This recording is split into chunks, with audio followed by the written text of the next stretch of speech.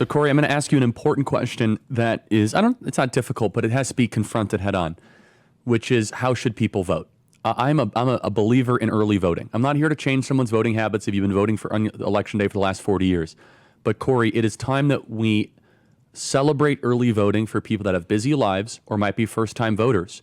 It is necessary. Corey, what is your take on this? Charlie, my take is any way that is legal, they should be doing it. If they have the opportunity to vote early, go vote early. If they have the opportunity because they have gotten a ballot to vote absentee, vote absentee. Do not wait until election day. We cannot allow the Democrats to secure all of this massive lead going into election day, knowing that our people are going to show up. So my position is go and vote early. If you have that opportunity and you already have a ballot, execute it. You don't know what could happen on election day. So take every resource available to us and go do that immediately. Don't wait. Don't waste another day. Fill out your ballot for Donald Trump today and send it back in. Our movement is so big and so energized. Shouldn't we give our people more days, not less days, to go vote? And look, the truth is, if it was an ideal world, everyone would vote on one day. But that's 100%. not where we are. It's not voting day or voting week. It's voting month. Ballots are out in multiple states right now. North Carolina has ballots out. Pennsylvania has ballots out. Wisconsin. So, the deal is this. Go and start voting. If your ballot came to your home, what are you leaving it sitting around for the next 40 days to then show up? Because it also gives you the opportunity, Charlie, that when you send your ballot back, you can go and verify it has been returned on time, and you can verify that no one else is going to show up and vote for you. So there's an integrity issue here. Do I trust the U.S. Postal Service? Probably not. Do I trust our own people to vote early and make sure that it's accurate? You bet I do. Blake. There's a good kind of heuristic that people use in outside politics just for getting things done and avoiding procrastination. If it takes less than 5 minutes and you need to do it now. Just do it now. And that should easily be how it is with any mail-in ballot. It takes less than 5 minutes. You take it out, put it in the envelope, fill it out, put it in the envelope, put on a stamp, put it in the mail. 5 minutes.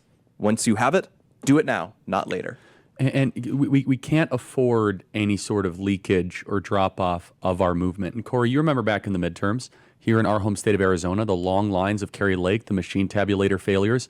We cannot possibly repeat that sort of error and that kind of a mistake. So, Corey, the president notoriously, in closing here, is the best closer in politics. And the last 30 days is where he just gets Tom Brady, and it's fourth quarter. Can you give us some insight, a little bit of tease? What can we expect from President Trump from a schedule-wise, from geographic, crisscrossing the country? What can we expect from President Trump, the Mariano Rivera of politics? Yeah, Donald Trump has a hellacious schedule, and you guys have seen what he's capable of doing in the past and what he continues to do at 78 years old.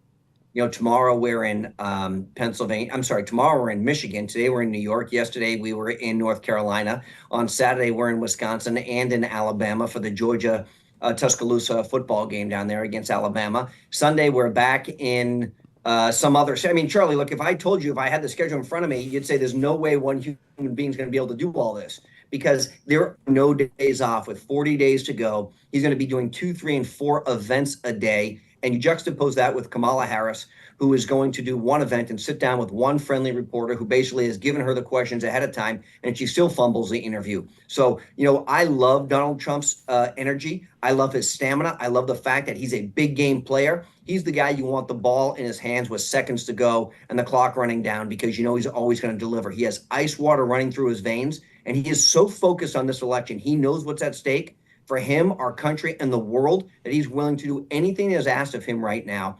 Crisscross this country, talk to every voter, and leave nothing on the table and run through the tape in 40 days from today. But just so everyone understands, back in 2020, Corey, you were not involved at that time. The campaign ran out of money, and Donald Trump did 45 events in 25 days.